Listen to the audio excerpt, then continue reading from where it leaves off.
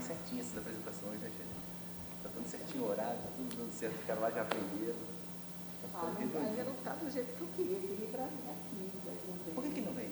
Aí ele também queria, mas não tem ninguém que fique lá. É tão mais legal por aqui. Não tem ninguém para Ibrahim. No mais, a organização ficou perfeita, né? Puta, eu achei, o som fica muito bom, né? Hoje fica muito bom.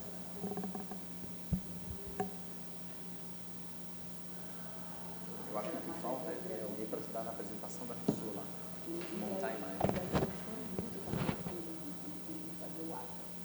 Ah, legal, né? Que bom. Essa coisa vai rolar, porque depende de vocês, é do seu e Ibrahim fazer, né? Não, vamos fazer um tempo. Só que assim, por exemplo, no caso do Júlio, as imagens são bonitas, aí não adianta eu guardar para o ato. Mas vai aparecendo, a gente vai guardando as que tiverem, entendeu? Eu vou fazer isso aí, a gente vai fazer isso aí. E a gente podia fazer um atlas e comentários no final. Comentários, ou se quiser falar indicação clínica. Podia botar um QR Code, faça só do seu diagnóstico. Aí aparecer só as imagens e a idade, como se diz, o que você acha que é. Pode ser. Tudo, quando tiver os casos prontos, a gente entrar em contato com a editora, ela dá mais ideias também. Porque a editora você faz dá ideia do formato que eles têm, né, como é que eles funcionam. Doutor Hugo estava assim, cara, a gente tem um fórum semana que vem. A gente tem um fórum semana que vem de quiz. Semana passada. Quiz, eu tenho que escolher 12 residentes, 4 pessoas do estado, para participar, para ficar respondendo pergunta, para ganhar prêmio e tal. Sim. É porque final de ano sempre tem essas coisas engraçadas. Vai ser quando? Vai ser dia 10. Dia 10. Não tem sexta, sexta, não. Eu estou aqui, eu vou viajar, não. Eu gosto dessas coisas, gosto de engraçado. Se bem que eu acho que você bota as pessoas numa saia justa. Então, a gente arrumou de um jeito que no staff só vai responder pergunta sobre fatos e fotos do Dante. Não. Aí as outras são perguntas sobre os fóruns do ano, cardiologia geral e nada a ver. Que é nome de desenho animado, ou personagem, sabe? Bacana demais. E o outro é de pergunta. Então, a cada uma pergunta que faz. Eu lembro que o Fausto gostou, né? Você, diretor, não sabe, isso é uma pergunta toda a história. A data? Nossa, que é uma pergunta. Então, não pode ver se porque a pessoa não lembra de tudo, né? Muito desagradável. Tem que ser uma brincadeira.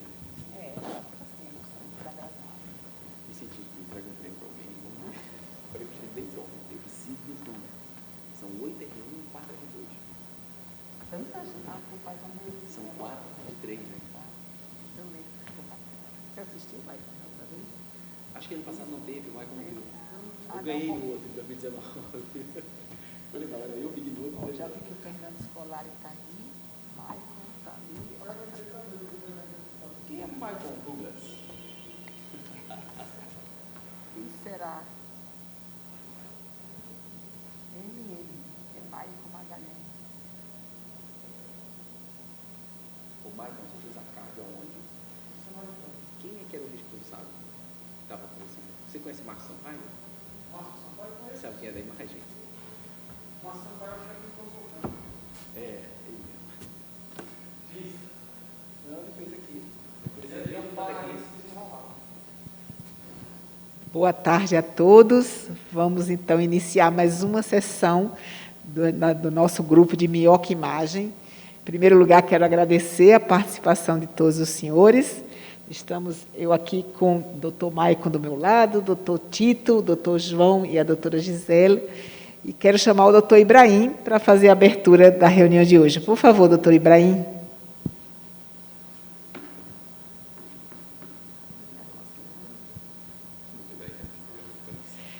Talvez o Ibrahim não consiga estar com a gente agora, que ele está com algum problema de conexão.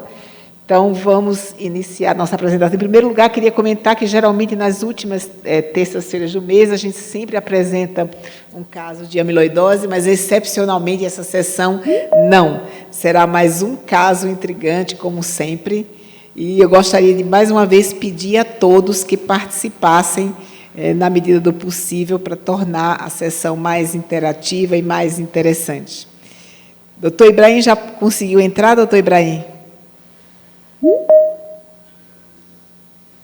Agora sim, parece que o Ibrahim conseguiu.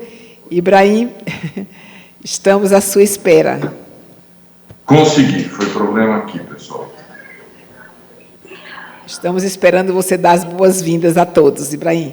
Então, tá bom. Então, com algum atraso, eu dou as boas-vindas a todos nessa nossa última reunião do mês, que hoje será uma terça desafiadora, não terça da amiloidose.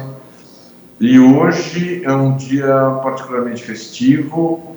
No final da reunião, eu vou cumprimentar 2 pessoas pela data do aniversário, mas vamos partir para o caso, porque a gente tem muito para aprender hoje, de verdade. Perfeito. Então, vou pedir à doutora Gisela que comece, então, a apresentação do caso. Por favor, doutora Gisela. Boa tarde, eu sou a doutora Gisela Zapata, R2 de Clínica da Beneficência Portuguesa. Prazer de estar aqui com vocês. Vamos a dar início ao nosso caso clínico, que data no 2014. Foi um paciente que chegou pelo ambulatório de miocardiopatia, um paciente masculino, 62 anos, procedente de São Paulo. O paciente refere que 6 meses antes da consulta, iniciou com um quadro de dispneia progressiva aos pequenos esforços, especifica quando ele tomava banho e ao escovar os dentes, e apresentava dispneia paroxística noturna. Procurou, então, a UBS, a Unidade Básica de Saúde, onde foi evidenciada uma cardiomegalia ao raio-x. O paciente com antecedentes pessoais era um tabagista de 35 maços ano e negava outras comorbidades como hipertensão, diabetes, etc. Ao exame físico, durante a consulta, ele tinha uma pressão de 13/8, uma frequência cardíaca de 102, tinha um peso de 100 quilos e uma altura 1,71, com um IMC de 34/25.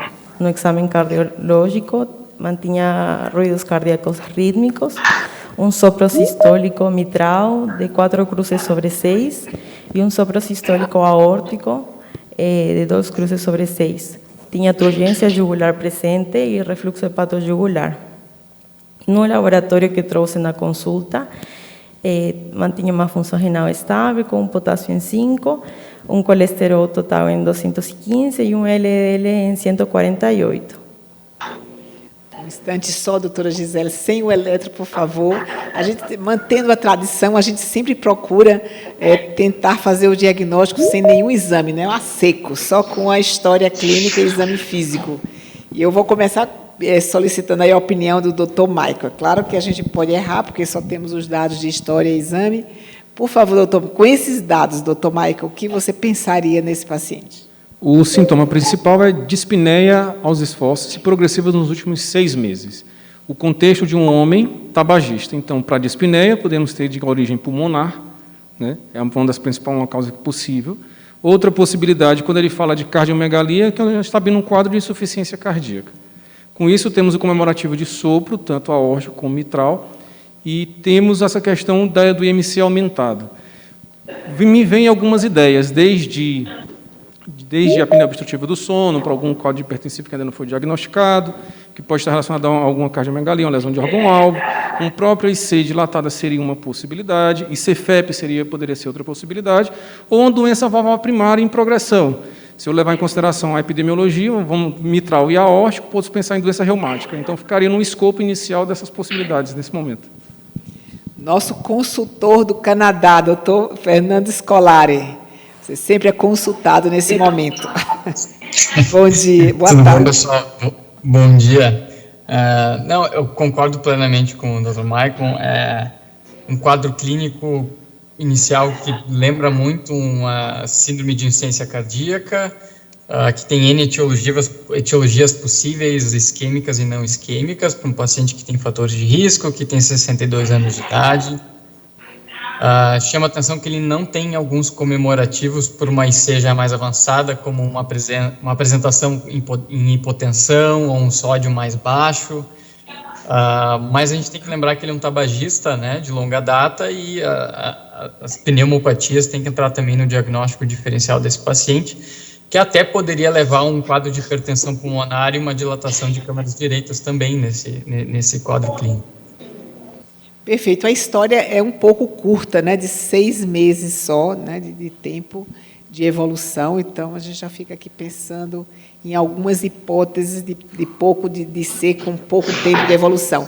Mas vamos em frente, né? Vamos em frente. Ok. Por favor, doutora Gisela. Então, na hora da consulta, a gente fez um eletrocardiograma, onde a gente vê que o paciente mantinha um ritmo sinusal, o eixo era à esquerda e a gente não vê nenhuma outra alteração muito significativa no eletro.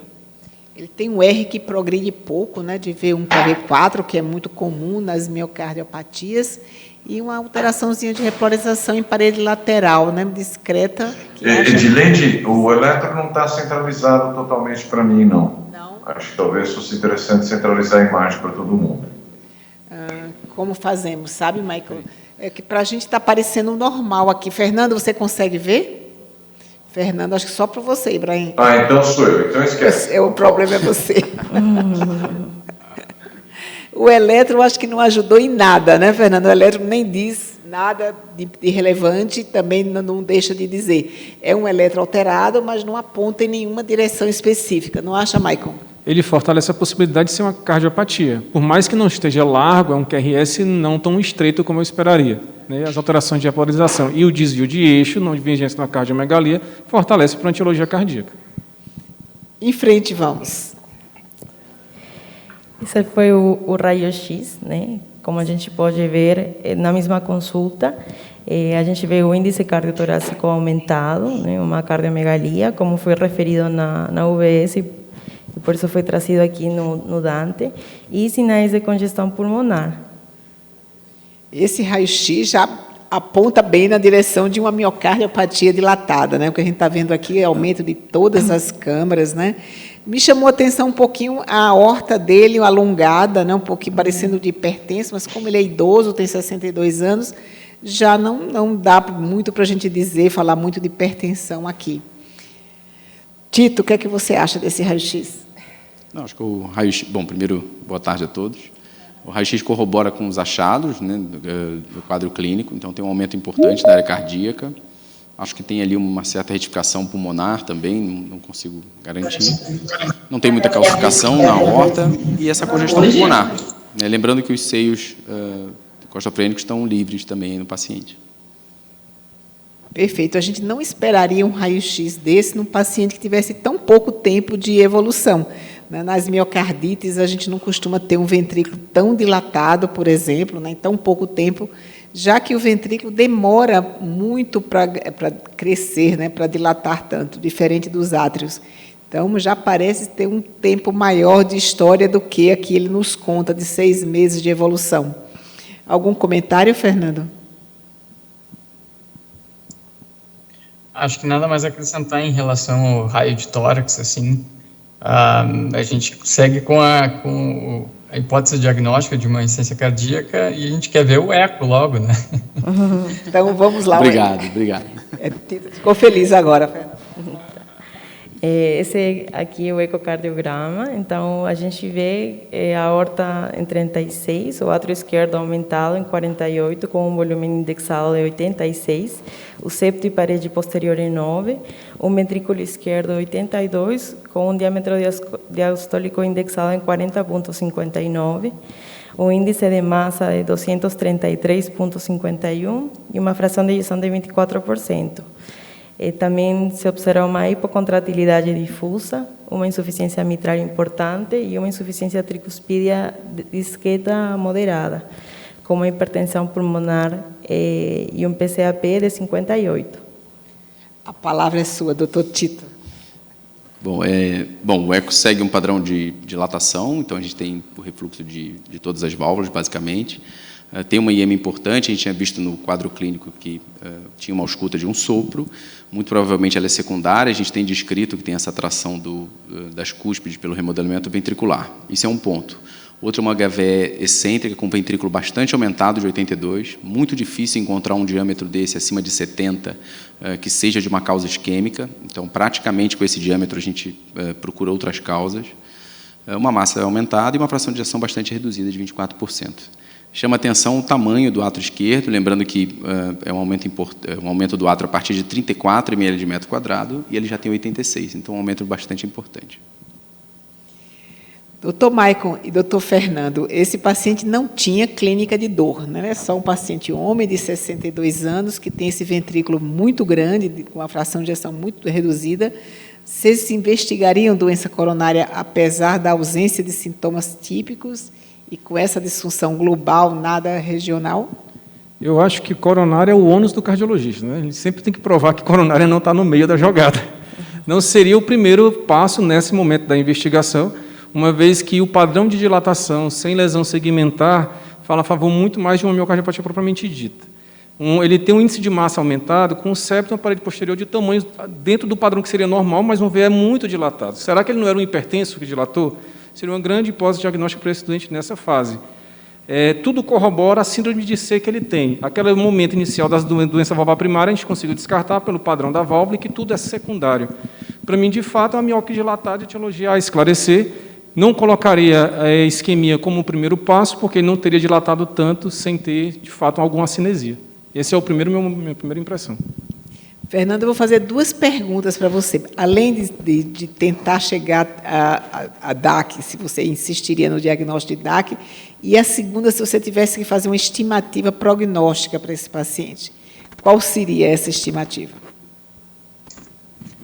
Bom, eu acho que a cardiopatia isquêmica em paciente com IC, ela sempre tem que ser descartada, porque é bastante, em países como o nosso, no Brasil, ela é muito prevalente em pacientes com IC, então, vamos colocar aí, dependendo da corte, 30%, às vezes mais 50% tem, né, IC de etiologia isquêmica. Então, pela probabilidade pré-teste ser muito alta, a gente sempre tem que descartar.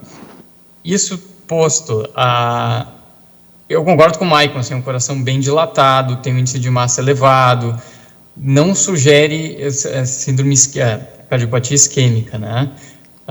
Aí nesse contexto eu acho que tem várias escolas, tem gente que gosta de fazer um cateterismo para excluir em definitivo, outros preferem um teste não invasivo, que a gente acaba caindo, se possível, né? E nesse caso, eu não fico convencido que seja cardiopatia isquêmica, faria um teste talvez não invasivo, que até poderia ser feito aqui com uma ressonância, já para ver outras, né, questões desse ventrículo.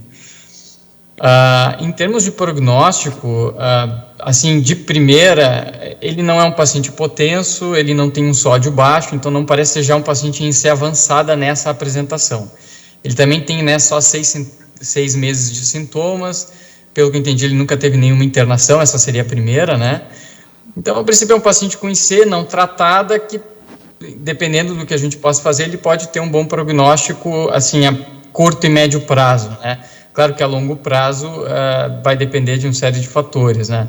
Mas me chama a atenção essa insuficiência mitral importante e já um grau de hipertensão pulmonar. Então, não é um paciente tão novo, digamos assim, e com prognóstico baixo. Eu diria que é um prognóstico intermediário ainda, mas tem que tratar, tem que tirar fluido desse paciente e aí reavaliar se permanece com essa insuficiência mitral, o grau de hipertensão pulmonar, para a gente poder fazer um prognóstico um pouco mais assertivo. Doutor Ibrahim, esse paciente não fez ressonância em 2014. Você quer defendê-la até na questão de investigação de DAC para esse paciente?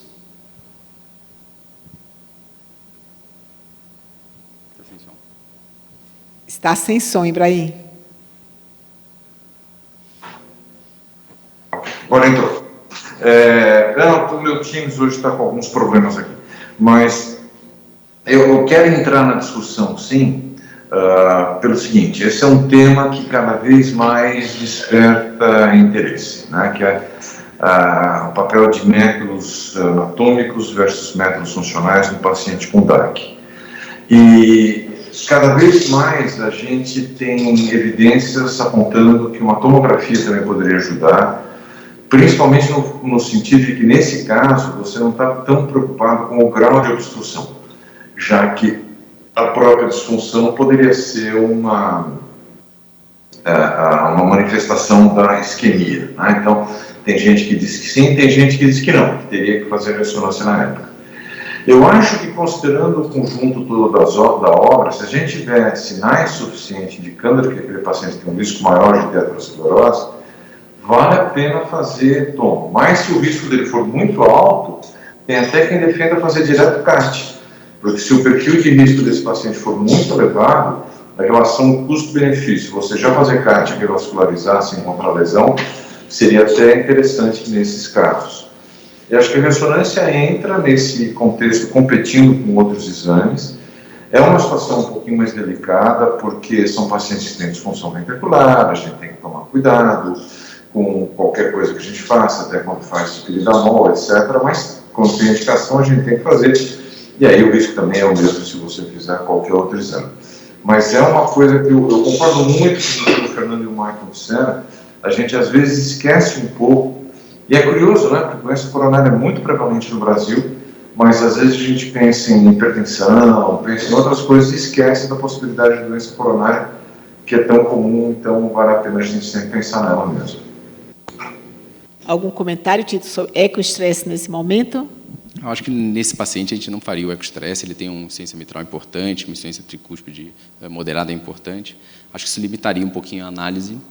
Pode ser feito para avaliar a isquemia em outros pacientes, não é um método sempre utilizado, mas ele vê a perfusão, né, avalia uma alteração contrátil dependendo da perfusão. Então poderia ser usado, mas nesse paciente acho que eu não faria. Eu queria comentar o que nós fazemos para investigar a etiologia aqui na seção de miocardiopatias. A gente sempre dá uma ênfase bem especial às etiologias que são reversíveis, né? Tipo hemocromatose, que a gente tem tratamento específico, né? Tipo hipocalcemia, que também tem um tratamento específico que reverte a disfunção. Então, a gente sempre faz sorologia para Chagas, mesmo não sendo reversível, mas sorologia para Chagas, HIV, toxoplasmose, um cálcio ionizado, perfil de ferro, que mais que eu estou esquecendo aqui, doutor Michael? CPK, pensando nas distrofias musculares, né? E também nas doenças congênitas, que costumam elevar a CPK, tem uma alteração muscular esquelética associada, e a gente, às vezes, pede a ressonância e a gente espera sempre chegar ao resultado do perfil de ferro, porque se ele vier alterado, a saturação de transferrina maior que 50, a gente já pediria um T2 estrela associado à ressonância. Mas eu queria até defender a ressonância aqui, porque esse é um paciente com fração de ejeção muito reduzida, 20%, 27%, com o ventrículo bem dilatado, e se a causa fosse isquêmica, obrigatoriamente esse paciente teria um infarto prévio, teria uma artéria ocluída. E a ressonância poderia nos mostrar um realce aí compatível com essa perda de parede. Ao mesmo tempo, se a gente pedisse um dipiridamol, a gente podia avaliar a isquemia associada. Olha, Ibrahim, eu estou defendendo mais ressonância que você, hein? Aqui no caso, eu acho que seria interessante nesse paciente, depois de a gente ter o perfil de ferro, a gente ter essa avaliação nesse momento. Não, você está defendendo mais do que eu, sim. E você sempre vai melhor do que eu nas coisas. E é isso, mas é que eu estou cada vez mais entusiasmado em a gente dar uma olhada nas coronárias mesmo do paciente que tem fração de ejeção reduzida e a gente não sabe a causa. Você falou muito bem, excluído ferro, excluído história familiar, essas outras coisas, né? Mas eu estou cada vez mais fã de olhar as coronárias e até para fazer uma coisa que às vezes a gente fica com medo, né? Paciente, por exemplo, tem bloqueio de ramo direito, mais um bloqueio divisional esquerdo, e a gente vai dar dipiridamol, e a fração de ejeção da pessoa já é ruim, então a gente às vezes fica com medo disso. E aí, se a gente tem uma toma de coronárias, uma estratégia que eu acho bastante interessante é fazer a toma de coronárias e fazer a ressonância em repouso, como você comentou, porque aí a gente vê, olha, tem placa nas coronárias e aquela região irrigada pela placa é viável ou não. Então, isso aí já ajuda bastante. E lembrando que isso remete a gente para a discussão cada vez mais infindável da viabilidade, né, da pesquisa de viabilidade da viabilidade miocárdica, em que a gente tem uma série de argumentos contra e a favor, muitos aí motivados pelo estudo STIT, mas numa recente de ontem, revisão que eu li sobre o assunto, foi interessante, em que as pessoas dizem, é uma meta-análise do college, e eles dizem que, embora o STIT não tenha demonstrado a necessidade de você procurar viabilidade para indicar a vascularização, na prática isso ainda é muito feito. Então, eu achei muito interessante isso, é uma palavra oficial do college, e acho que é uma coisa que a gente tem que lembrar, porque a gente, procurando a viabilidade, primeiro ajuda a fazer o diagnóstico etiológico, como você falou, e segundo, a gente tem que adaptar as realidades locais para o tratamento. Então, o resultado do tratamento desses pacientes, a gente viu que mesmo em STIT, a diferença de mortalidade foi de um grupo clínico que teve uma mortalidade muito alta, contra um grupo cirúrgico que teve uma mortalidade alta, então é uma coisa para se enfrentar com muita cautela, com o pessoal bem preparado.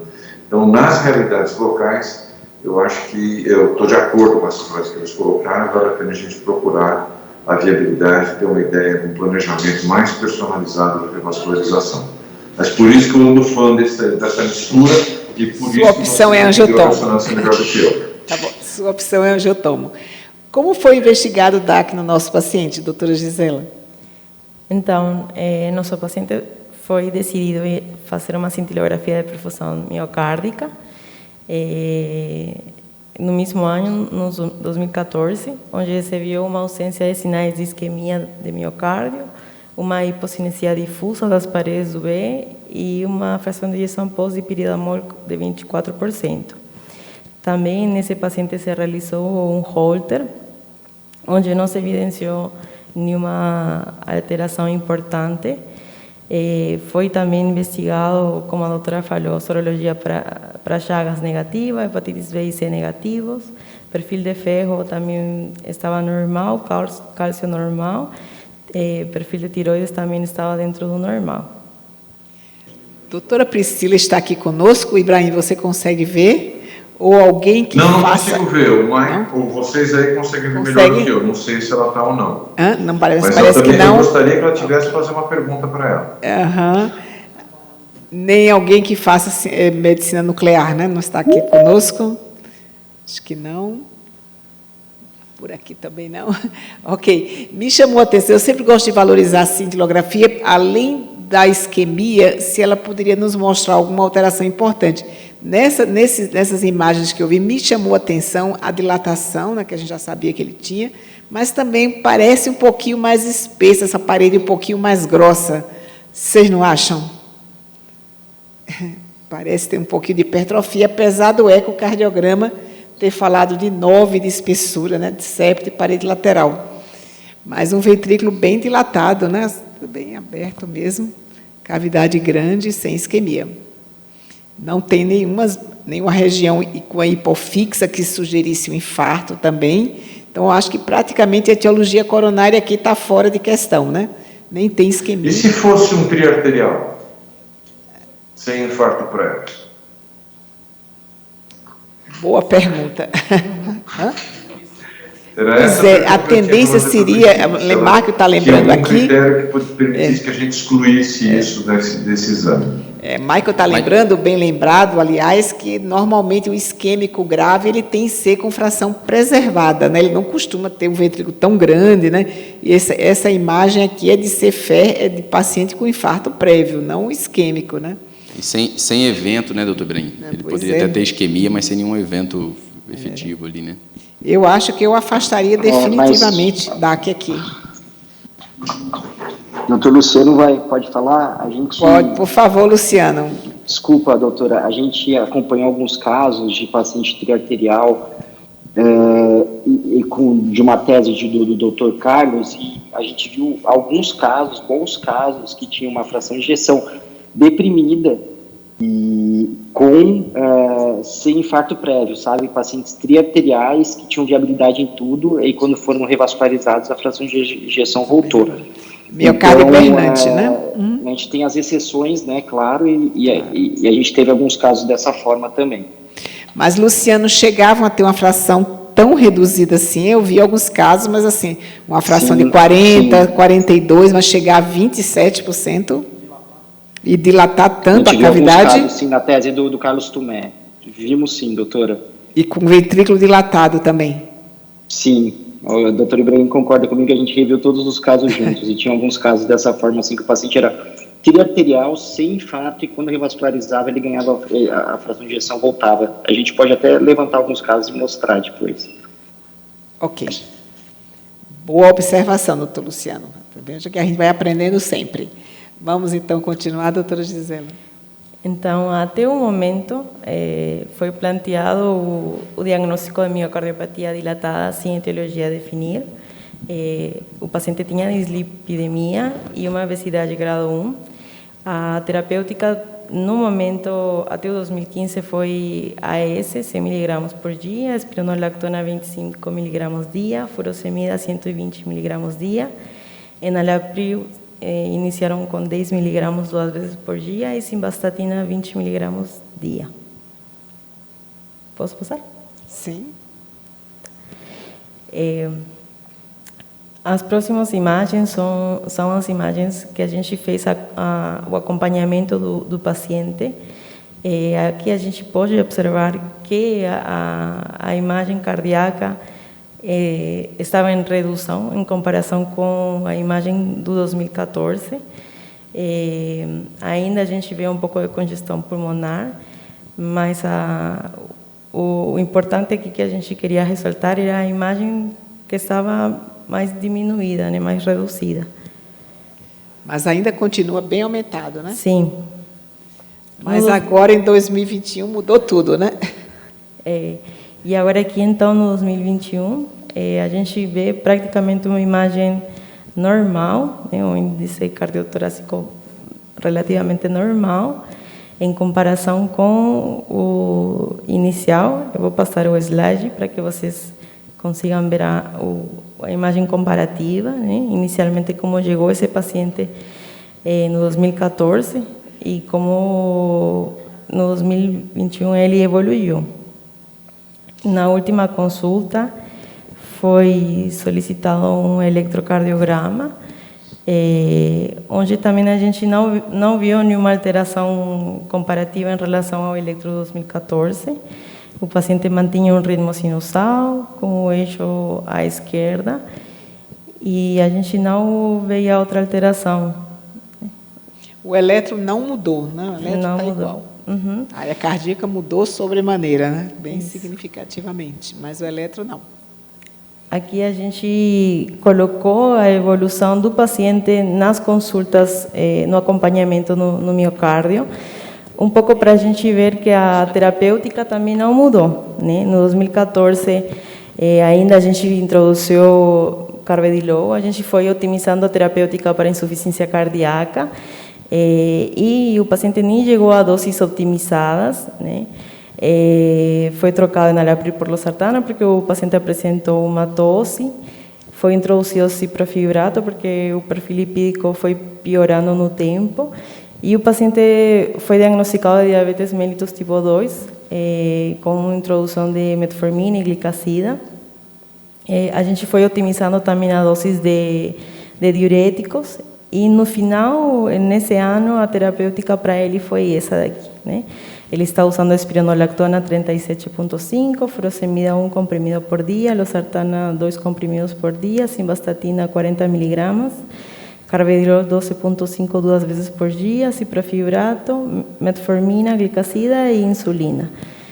Então, a gente pode observar que nem a terapêutica foi totalmente otimizada. Posso passar? Ok, vou perguntar agora da plateia aqui. Doutora Maritê, quer fazer alguma observação sobre esse paciente?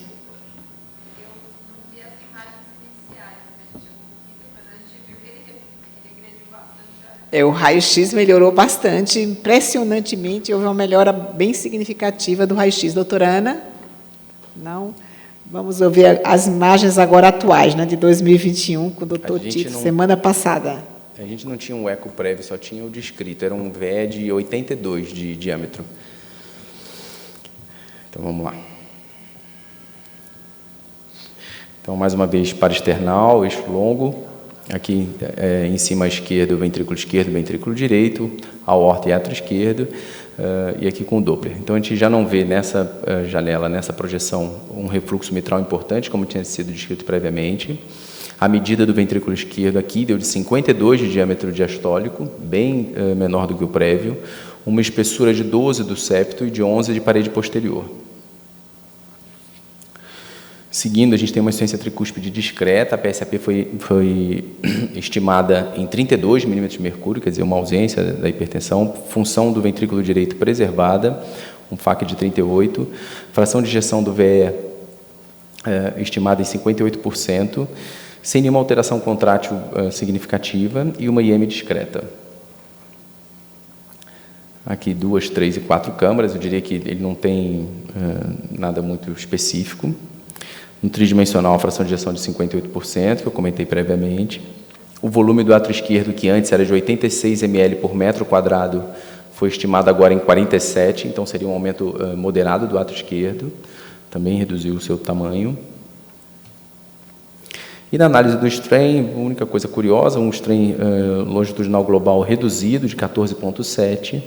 A gente não tem um strain digamos, específico de coronariopatia, por exemplo, mas tem algumas áreas com ele reduzido, seja na parede anterior, na parede anterolateral, na inferior, na inferoceptal. Quer dizer, isso pode falar a favor de uma etiologia um pouco mais difusa do ventrículo esquerdo. Mas realmente aqui a gente tem uma melhora contrátil de todo o ventrículo esquerdo, um VD com a função ainda preservada, um remodelamento tanto do VE quanto do átrio esquerdo também. E praticamente uma melhora completa do refluxo mitral e do tricuspídeo comparado ao eco prévio de 7 anos atrás. Um remodelamento reverso num paciente que tinha uma fração de ejeção de 20, um VE de 80, uma insuficiência mitral importante, e agora está com o coração normal, né? Eu acho que definitivamente agora a gente pode excluir DAC. Concordam agora comigo? Não teve DAC. Não fizemos nada de revascularização desse paciente.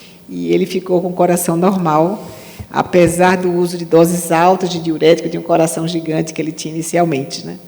Vamos ver se o doutor Ibrahim nos ajuda. E o interessante é que ele agora está com a espessura aumentada, discretamente, mas um septo de 12, né? Como a HVE é concêntrica, né? Ele tem 52 de diâmetro e 12 e 11 de septo e parede. Doutor Ibrahim, resolva o nosso problema diagnóstico.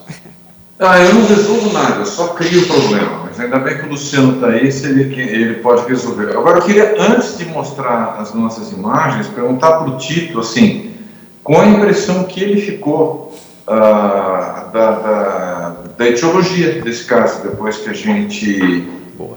ele viu esse eco, e a evolução desse eco. Muito bem, confesso que a minha primeira reação foi perguntar para o Maicon o que o paciente tinha, e depois eu perguntei para a doutora Edileide.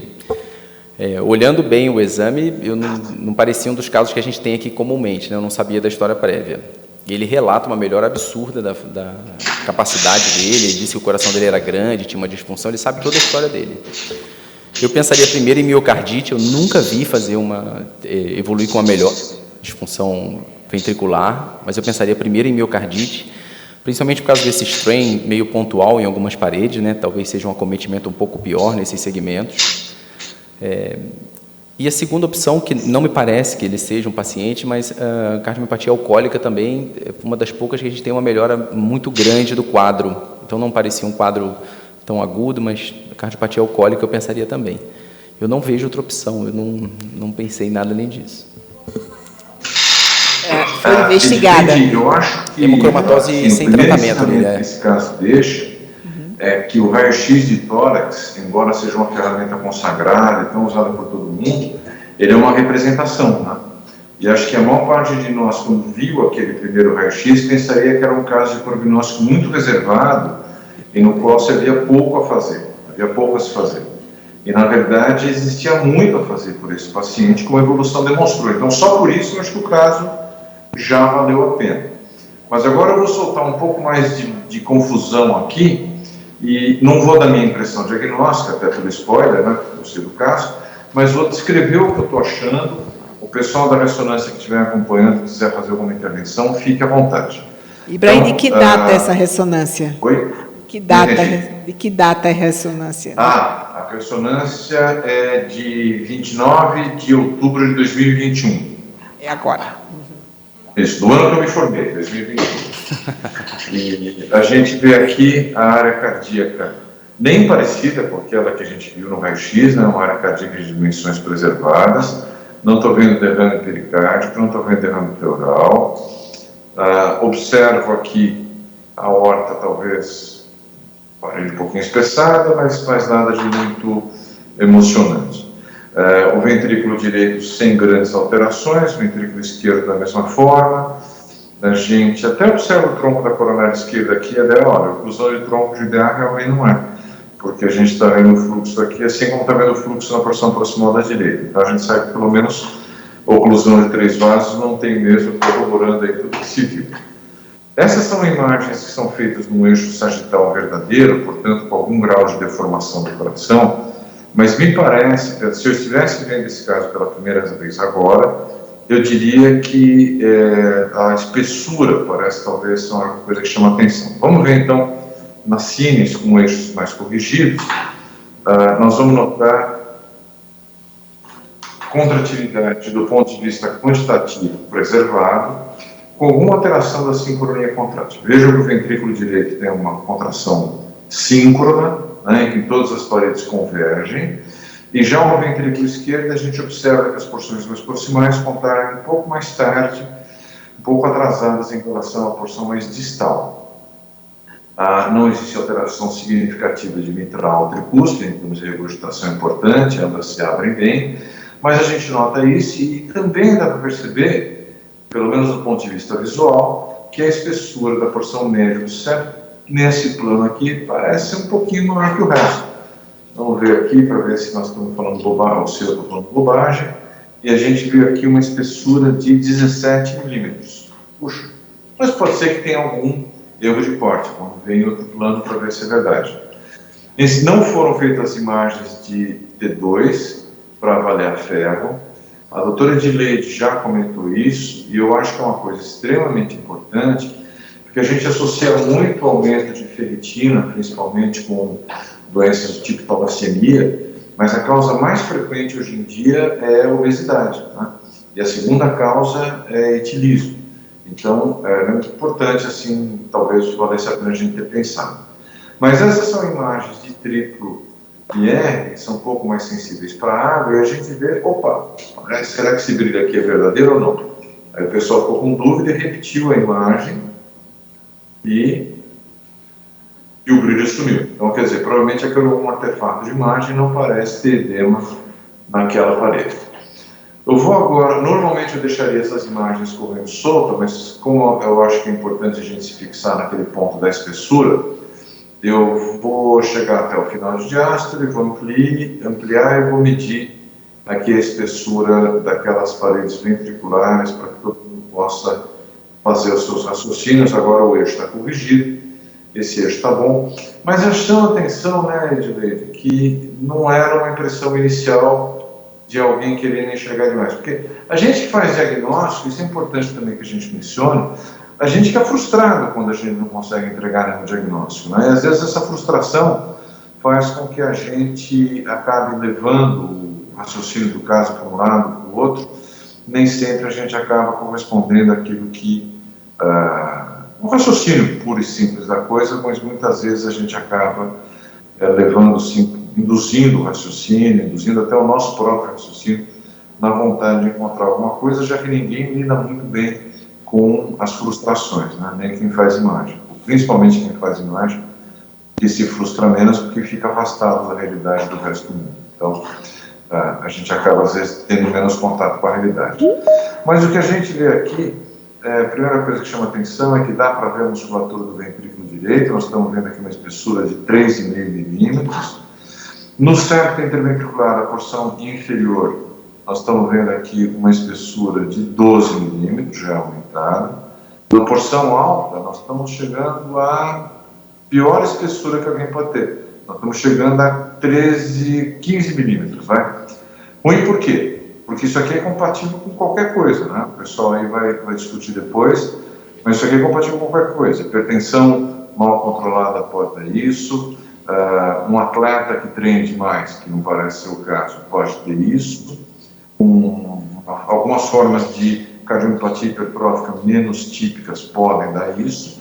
Então, mas estenose aórtica seguramente pode dar isso naqueles casos mais graves, mas é sem dúvida uma coisa que chama atenção, esse aumento de espessura ali, e até a gente já viu aqui no Dante coisas mais estranhas dando isso também. Foi feita então a perfusão. A perfusão não mostra áreas de defeito de perfusão, a perfusão é normal, é simétrica em todas as paredes do ventrículo esquerdo e do ventrículo direito, não se observam áreas de defeito de perfusão. Então, a doutora Edileide, como sempre, estava certa, e se a gente tivesse feito a ressonância atrás, nós diríamos que não se tratava de doença coronária. Na verdade, tem duas possibilidades quando a gente discute com a doutora Edileide. Ou a gente não entendeu direito, ou ela está certa e a gente errado. E aqui, a imagem do realce tardio, que o doutor Luciano Aguiar, que está nos acompanhando, vai usar para fazer o raciocínio, que ele é especialista nesse tipo de imagem, que é o realce que pega a parede lateral e pega o septo interventricular. Nós estamos vendo o realce mesocárdico. Por que mesocárdico? Porque a gente vê assim, a gente usa como referência o ventrículo esquerdo. Então, em relação ao ventrículo esquerdo, essa parede aqui, essa porção aqui endocárdica, aqui seria subepicárdica. E, na verdade, nós estamos vendo que tem aqui um realce no meio, né? Olha como fica mais brilhante, pouco mais que uma faixa. E, fora isso, tem um realce. Olha como é perigoso seguir um critério só. A gente diria que esse realce é um realce, alguns diriam que é isquêmico, porque ele é subendocárdico, pegando a parede lateral, mas tem que lembrar que tem esse outro realce do outro lado, então a gente procura encaixar tudo num só. Claro que nada impede que um paciente com doença coronária tenha miocardite, é possível. Ou que um paciente com cardiomiopatia hipertrófica tenha doença coronária. Mas a gente procura adicionar tudo num só, né? E é curioso, porque embora a segunda série de edema não tivesse mostrado edema na parede lateral, a primeira mostrou, né? Então, isso aqui, a gente vê esses dois padrões de realce agora aqui. Então, isso aqui, como eu disse, eu não vou dar nenhum palpite, mas o pessoal da imagem, que é muito melhor do que eu, vai conseguir matar a charada facilmente, né? Vendo esse padrão de realce mesocárdico e esse realce subendocárdico aqui, juntando o conjunto da obra. Então, é um miocárdio que tem lesão. E isso é interessante que prova, primeiro, porque, prova não, demonstra por que ele teve um déficit de contraste lá atrás, mostra que não é porque a gente tem uma cardiomegalia exagerada no raio-x que a gente tem que pegar os pontos, muitas vezes vale a pena tratar adequada e agressivamente esses pacientes. E terceiro, que as coisas muitas vezes têm explicação. Assim como prova também que esse é um eixo bastante importante de fazer imagem, é pena que tem muito a falar, porque a gente nota uma hipocinesia ínfero-basal, que é exatamente naquela região em que tinha aquele outro realce. Então, eu acho que é isso. Deixa eu ver, tem mais uma sériezinha aqui. Vamos ver se ela mostra alguma coisa. Não, nada de especial, só isso mesmo. Tá Curioso, né, doutor? Então é isso, como disse, hoje eu vou mostrar só do ponto de vista qualitativo. O Dr. Tito e o Dr. Luciano vão matar a charada, inclusive dando o nome do neto do médico que escreveu essa condição. Só como curiosidade, doutor Ibrahim, visivelmente no eco não dava para ver alteração contrátil, acho que no início também a síndrome ressor, mas o estranho acaba mostrando umas alterações mais esparsas, né, que quase que casam com esse realce que o senhor mostrou. Só um instantinho. Doutor André, quer fazer algum comentário?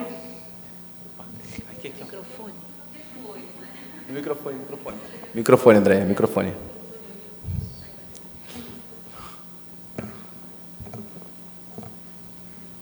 Que eu cheguei um pouco depois, né? Difícil comentar qualquer coisa. Eu acho que o strain meio que bateu mais ou menos com o realce tardio da tomografia, mas eu realmente não consigo encaixar em nada, assim, para... Se poderia ser uma miocardite viral que melhorou e ficou isso daí de realce tardio, realmente eu não consegui encaixar, não. Doutor Ibrahim, pela primeira vez, está fazendo o quiz aqui com a gente, sem fechar o diagnóstico, querendo que o povo, desafiando o pessoal da imagem ao diagnóstico. Leonardo, Baritê, querem fazer algum comentário? Márcia? Eu fico feliz que o paciente melhorou. Tá. O importante é que teve final feliz, mas a gente quer matar a charada aqui.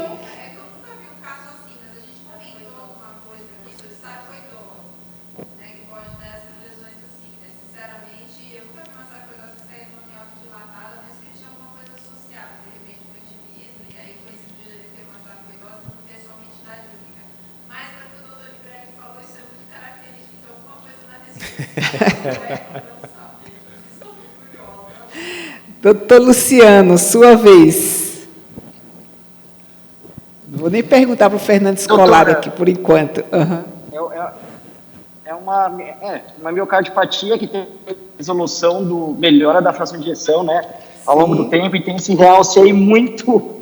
O realce aqui é uma pegadinha, né? Ele é subendocárdico, aí tem mesocárdico, você pensa que tem dois padrões aí de realce, tem essa hipertrofia associada. O que me chamou também, tem um pouquinho de hipertrofia do ventrículo direito.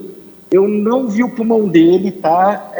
Mas assim, a doença que tem esse padrão de realce tardio, por vezes subendocárdico, por vezes mesocárdico, com até alteração da contratividade segmentar, a gente vê às vezes até afilamento da parede, nesses pacientes, é sarcoidose, tá? Ainda mais com que algumas sequências a gente conseguiu ver que tinha edema, né?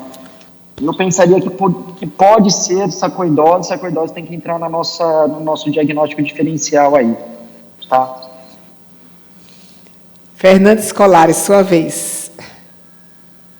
Sarcoidose não tratada, evoluir tão bem. Esse que chama atenção, a evolução do caso. Acho que a evolução do caso é o mais interessante, né? Porque, por exemplo, se alguém levantasse a hipótese, não, será que era uma cardiomiopatia hipertrófica? Mas, geralmente, hipertrófica que dilata, ele não volta, né? Não tem esse tipo de evolução. Então, a gente entra em dois pontos aqui. Ou ela é simplesmente uma cardiomiopatia dilatada que com o tratamento melhorou, né? Ou a gente tem uma causa reversível, que aí poderia fechar, né, com sarcoidose, embora não tenha sido tratada. Então, realmente, acho que é bastante desafiador nesse sentido. Claro que poderiam ser feitos outros testes, né, em termos de investigação para sarcoidose, que entra aí desde biópsia até PET-CT, mas é bastante interessante o caso. Assim, não sei se só exatamente com o que a gente tem agora a gente pode fechar com 100% de certeza, né? Pois é claro que uma das causas reversíveis, que aqui o doutor João vai nos falar, que vai fazer uma pincelada sobre as causas reversíveis de miocardiopatia, uma delas é miocardite, e a sarcoidose nada é além de uma miocardite continuada a longo prazo, e que em alguns casos, de repente, de uma hora para outra, a inflamação cessa, né? O paciente pode ter o término da sua doença. O doutor Ibrahim está fazendo um suspense muito grande, ele está saiu lá do laboratório, lá da ressonância, está vindo para cá, e a gente tem que aguardar a opinião dele. Está fazendo sucesso, ele vai chegar aqui e dar o resultado final do caso. Temos 10 minutos. Doutor João vai nos fazer... Tem mais algum slide, doutora Gisela? Não, né? Olha, o pessoal do ECO está ali comentando. Ana, fala, só uma Ana. dúvida. Foi feito só o tratamento da IC, né? Nada só além. o tratamento da IC. Nada. Nada muito... O lado da ecocardiografia ali estão comentando. Querem fazer? Doutora Marité, por favor, o microfone. Microfone, Marité.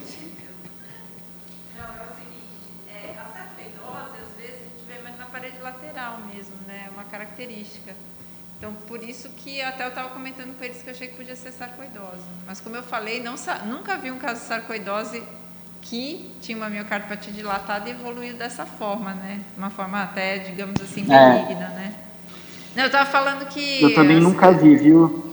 Esse foi o tratamento de João de Deus. O Tito entende bem de João de Deus, que morou lá perto. Tem um holter também com bastante arritmia, né? O paciente tem um holter também, né, doutora Edilene? Pois é, e as miocardites, que a sarcoidose nada é além disso, não costumam dilatar tanto o coração. Por quê? Porque o músculo inflamado perde função, mas funciona quase como uma rejeição no transplante. Então, ele inflama, mas não dilata tanto como esse paciente dilatou. E também não dá para entender agora dessa hipertrofia, esse aumento de espessura no miocárdio, que já foi inflamado, que agora não está mais, ficou com a inflamação. O doutor Ibrahim está chegando, fazendo o maior suspense. Ibrahim, estamos à sua espera aqui. Entendeu o telefone. Temos que correr, porque temos a apresentação do doutor João Ibrahim, está fazendo sucesso. Não chega.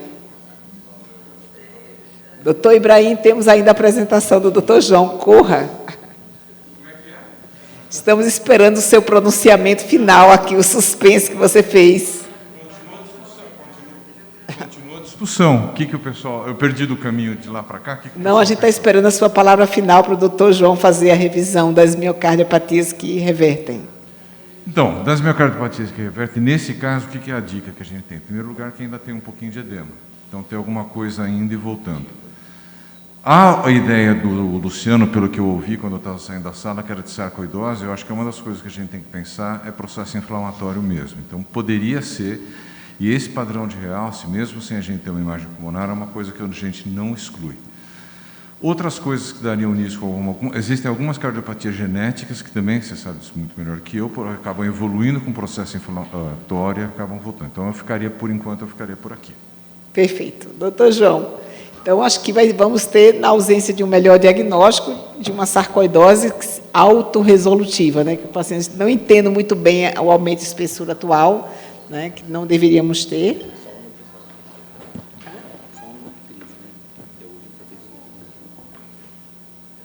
Doutor João, por favor.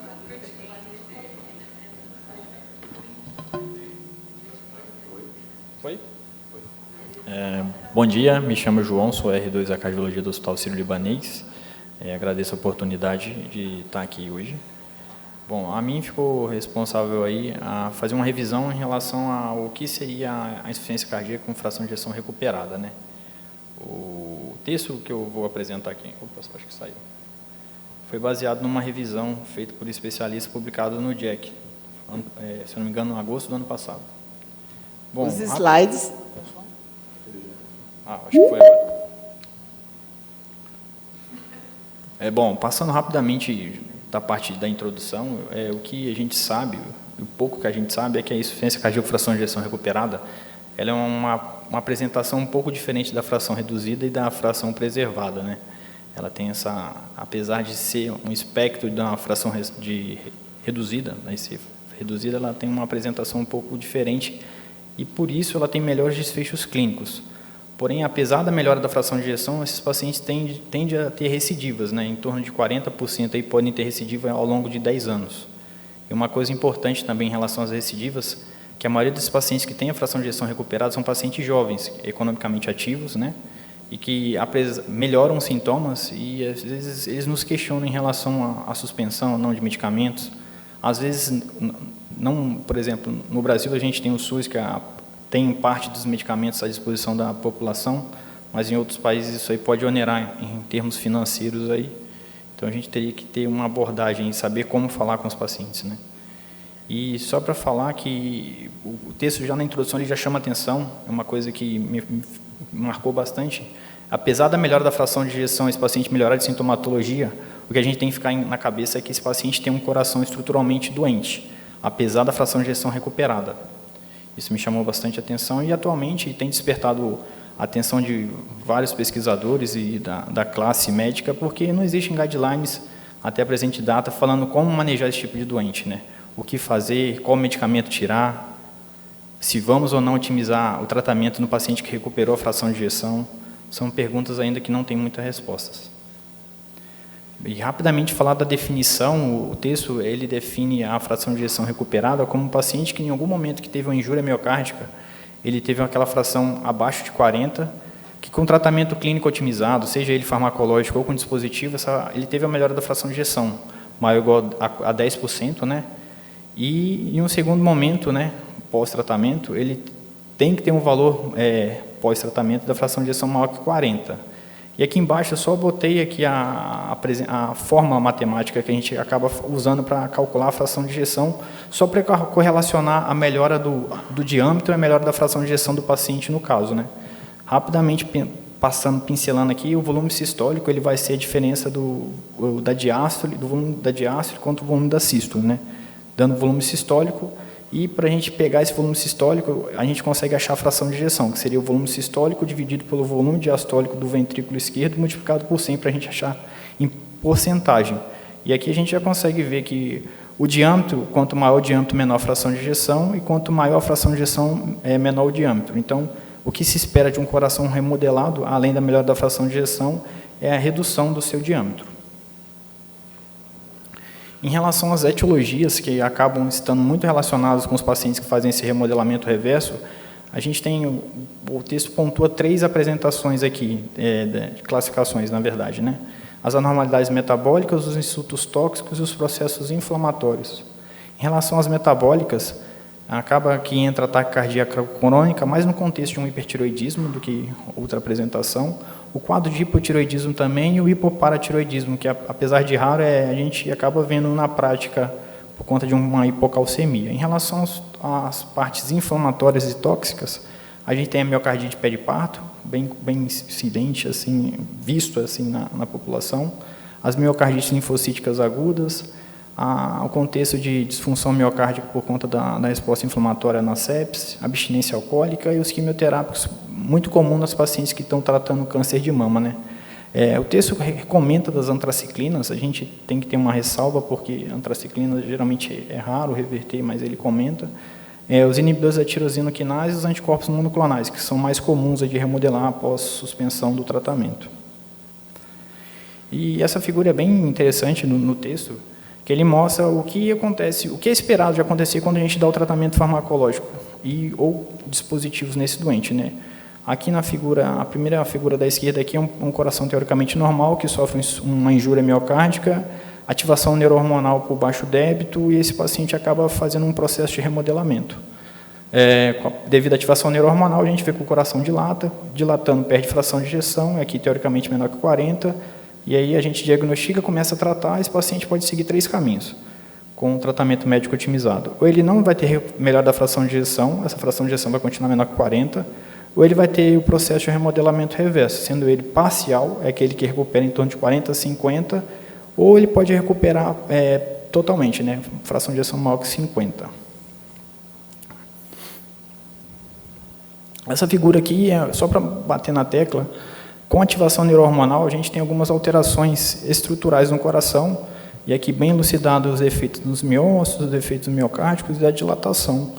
E nas colunas da direita aqui, a gente consegue ver aonde o nosso tratamento vai agir. Se a gente parar e observar de uma forma bem analítica aqui, a gente consegue ver que a ativação neurohormonal com o nosso tratamento, ela não é cessada, a gente acaba apenas reduzindo a incidência dessa ativação, mas ela continua acontecendo. O que chama a atenção aqui, a única parte da ativação neurohormonal e da alteração que ela gera, que a gente consegue estabilizar, é a parte da dilatação, principalmente com o tratamento com IECA ou antagonista mineralocorticoide. As demais cascatas da ativação neurohormonal a gente acaba reduzindo, a gente não controla. Mais uma coisa que chama atenção para aquilo que eu falei lá na introdução do texto. O coração ele é estruturalmente doente, ele tem uma melhora da fração de ejeção, mas biologicamente é um coração ainda doente. 1 minuto, doutor João. Só rapidamente da parte genética aqui, o que eles chamam atenção aqui é que seria interessante dosar o gene da titina, porque o paciente tem uma melhora da fração, tem uma resposta medicamentosa melhor. A alteração nesse gene LMNA aqui acaba que esses pacientes têm uma resposta pior ao tratamento farmacológico e tem uma evolução, apesar da melhora da fração de ejeção, são pacientes que têm maior tendência a evoluir com morte súbita aí. Eu vou pular, já que está acabando aqui. Só falar do estudo TREAD-HF, que foi um estudo publicado no Lancet, que acaba guiando aí em relação à suspensão ou não de medicamentos. Bom, eu vou pular aqui para a parte final aqui. Em relação à suspensão de medicamentos, a ideia do estudo foi pegar os pacientes que tiveram esse remodelamento reverso e tirar a medicação de forma padronizada por protocolo para ver o que aconteceria com o paciente que tirasse a medicação, apesar do remodelamento. Bom, o estudo durou em torno de 6 meses e a gente acabou vendo que dos pacientes que foi retirado o medicamento de forma padronizada, a taxa de recorrência de IC foi maior no grupo que foi retirada a medicação, comparado com o grupo que manteve a medicação. E a conclusão que eu queria trazer da literatura é que a insuficiência cardíaca, fração de ejeção recuperada, é uma apresentação fenotípica menos patogênica. O paciente é doente, é só uma apresentação menos patogênica, realmente. E a fração de ejeção melhorada, ela esconde o miocárdio doente.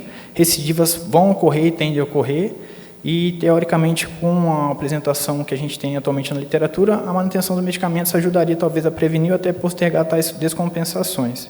E concluo aqui a apresentação fazendo uma pergunta. O paciente com fração de ejeção recuperada, valeria a pena otimizar o tratamento farmacológico? Bom, é isso que eu queria falar. Eu agradecer a oportunidade da apresentação. Obrigada, doutor João, excelente. Então, passamos só um minutinho, eu queria ouvir a opinião de todo mundo aqui, qual o diagnóstico que eles acham para esse paciente. Começa o doutor Fernando Scolari. O que você acha? Muito interessante, eu acho que assim, pela evolução, realmente eu não pensaria em cardiomiopatia hipertrófica dilatada, assim. Eu acho que a possibilidade de uma miocardite, talvez não viral, né, pelo tempo de evolução, é interessante, e eu até queria fazer um questionamento, digamos assim, ou talvez uma sugestão, se não valeria a pena, nesse momento em que ele já melhorou da função e as espessuras não são tão, né, as paredes não são tão finas, se não seria um bom momento para uma biópsia miocárdica. Porque se ele tiver um processo inflamatório crônico, né, de uma miocardite linfocítica, ou nesse sentido, ou até mesmo a sarcoidose, ele pode ter uma recorrência no futuro. E a gente poderia ter uma oportunidade de janela terapêutica antes de uma piora da função. Claro que se ele recuperou, talvez nesse momento não tenha tanta atividade inflamatória para biópsia, né? Mas seria um método interessante nesse caso, né? Perfeito. Doutor Maicon, alguma ideia? Doutor Tito, doutora Gisela? Eu ainda voto na miocardite. Acho que algum tipo de miocardite. Doutor Ibrahim, quer dar a palavra final aqui? Antes do Ibrahim chegar até aqui, até o microfone, eu queria dizer a minha opinião. Eu acho que muitas vezes a gente não consegue que o paciente nos confesse a história do álcool. Eu acho que ele deva ter tido uma inflamação. Eu acho que miocardite, pela alteração da ressonância, é o que mais se aproxima. Uma sarcoidose não dá para a gente afastar, mas sozinha miocardite, eu sinceramente não acredito em tanta dilatação ventricular, tanta perda de fração de ejeção e essa recuperação tão boa. Acho que teve associação de fatos aí, mas acho que miocardite é o principal diagnóstico. Doutor Ibrahim, a palavra é sua, o mestre é você. A única palavra final que eu dou é adeus, qualquer outra não é a final. Mas, assim, esse caso tem algumas coisas que eu achei interessante. Apesar do real se lembrar um pouquinho a sarcoidose, eu acho que ele não tem mais nada que seja sarcoidose.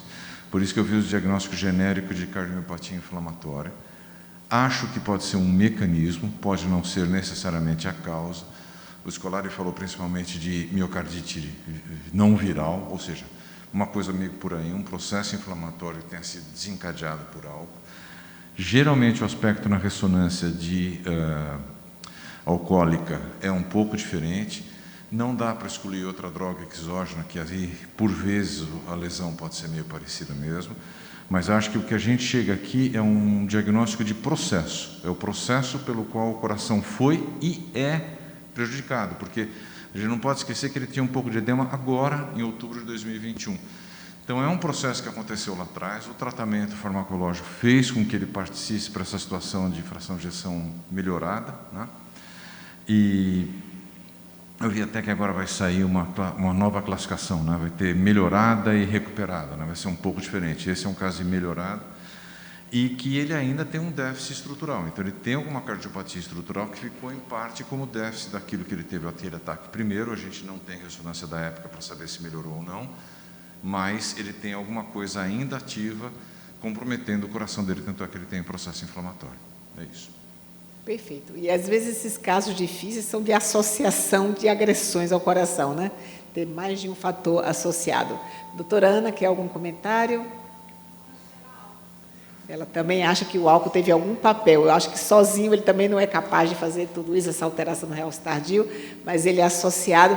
Eu estava aqui até pensando na possibilidade de ter uma doença de Fabry, por essa alteração dessa parede lateral, junto com álcool, por exemplo, né?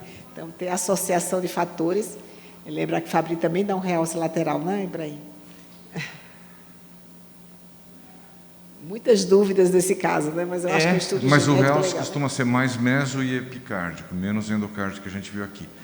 Uma coisa que eu gosto sempre de lembrar é que existe um grupo de vírus que fica dormente no coração, né?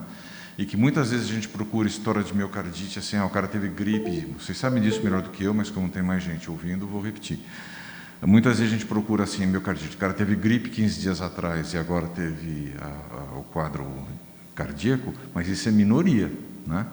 A maioria dos casos a gente não estabelece a relação causal e tem casos que a gente encontra o vírus dormente no coração. Eu acho que a gente não pode excluir isso nesse paciente. E aí, no momento de queda de imunidade, sei lá, por estresse, por álcool, por festa, porque ele torce para o Flamengo, sei lá, alguma coisa fez a imunidade cair. Você é flamenguista? Puxa, esqueci.